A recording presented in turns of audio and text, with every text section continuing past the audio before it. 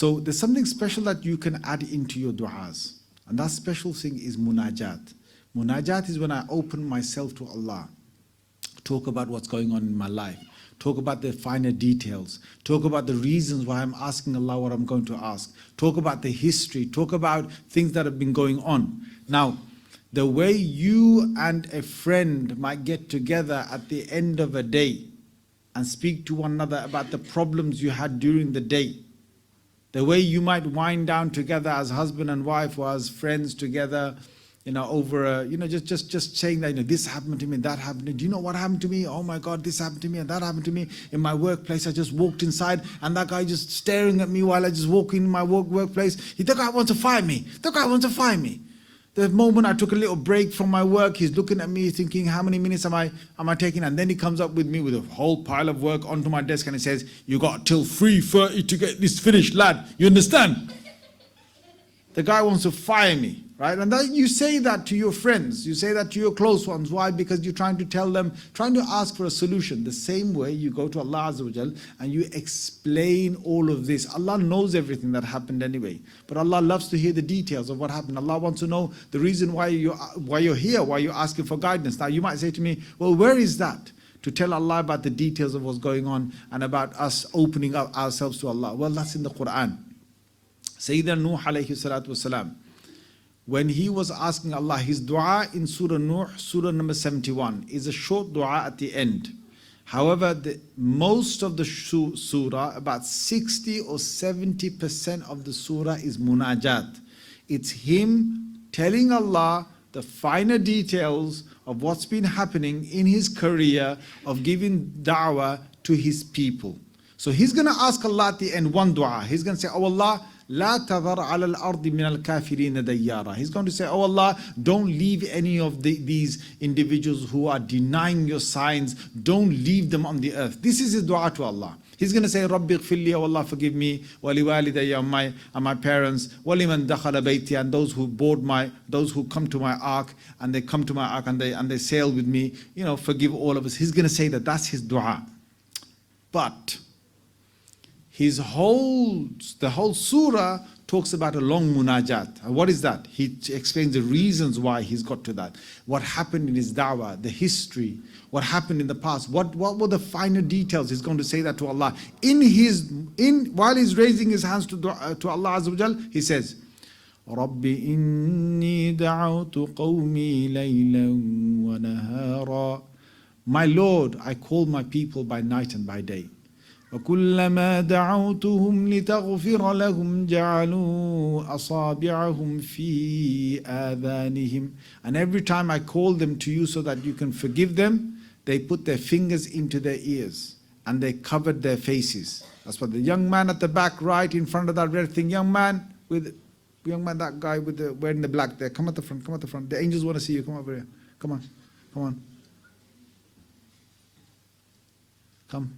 Sit between these gentlemen here, over here, go over there, right in between these gentlemen. That's where the angels are. That's it, mashallah.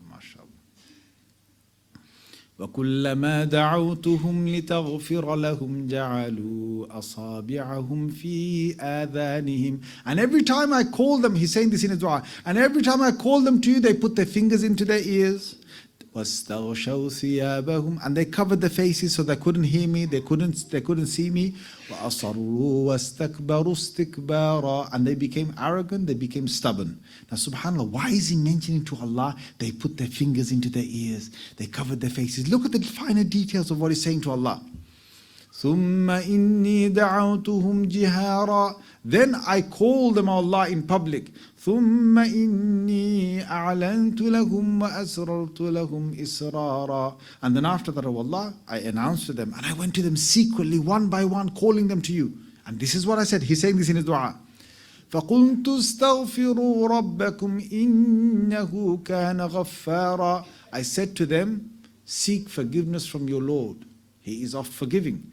يُرْسِلِ السَّمَاءَ عَلَيْكُمْ مِدْرَارًا. You've got a drought here. Allah will send the rains back again. وَيُمْدِدُكُمْ بِأَمْوَالٍ وَبَنِينَ. And Allah is going to extend your wealth and children. وَيَجْعَلْ لَكُمْ جَنَّاتٍ وَيَجْعَلْ لَكُمْ أَنْهَارًا. Allah's going to create gardens for you again. He's going to create rivers again in this land of a drought. And he said, I said to them, O Allah, in his dua I said, أَلَمْ تَرَوْا كَيْفَ خَلَقَ اللَّهُ سَبْعَ سَمَاوَاتٍ طِبَاقًا. Don't you people see how Allah has created the 7 heavens above? Look, he's saying this to Allah in his dua. وَجَعَلَ الْقَمَرَ فِيهِنَّ نُورًا. And Allah has created the moon as a source of light. وَجَعَلَ الشَّمْسَ سِرَاجًا. And Allah has created the sun as a lantern for you in the sky.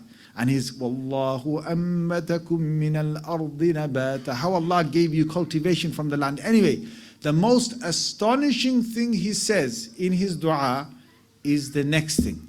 He says, Oh Allah, I'm calling them while they say to one another, وَقَالُوا لَا تَذَرُنَّ آلِهَتَكُمْ. They said to one another, don't desert your gods. These are false gods. They're false gods. Now look, listen to what Nuh alayhi salam does. He says, they are saying, don't desert false God. Oh Allah, in his munajat to Allah, he said, لا تذرن ودا ولا سواعا ولا يغوث ويعوق ونسرا. They said to one another, oh Allah, don't desert the God of Wad, the God of Yaghuth, the God of Ya'uq, the God of Suwa, the God of Nasr. Don't desert these gods. Now, Nuh alayhi salam has just taken 5 false gods' names to Allah in his munajat, in his dua. Allah reported those 5 false gods' names in our Quran. And we are going to recite them till the day of judgment. Now the question is why? Why would Allah do that? Why would Allah put those names in there for us to recite again? You know why? Because Allah is teaching us munajat. Munajat is when you break the finer details to Allah.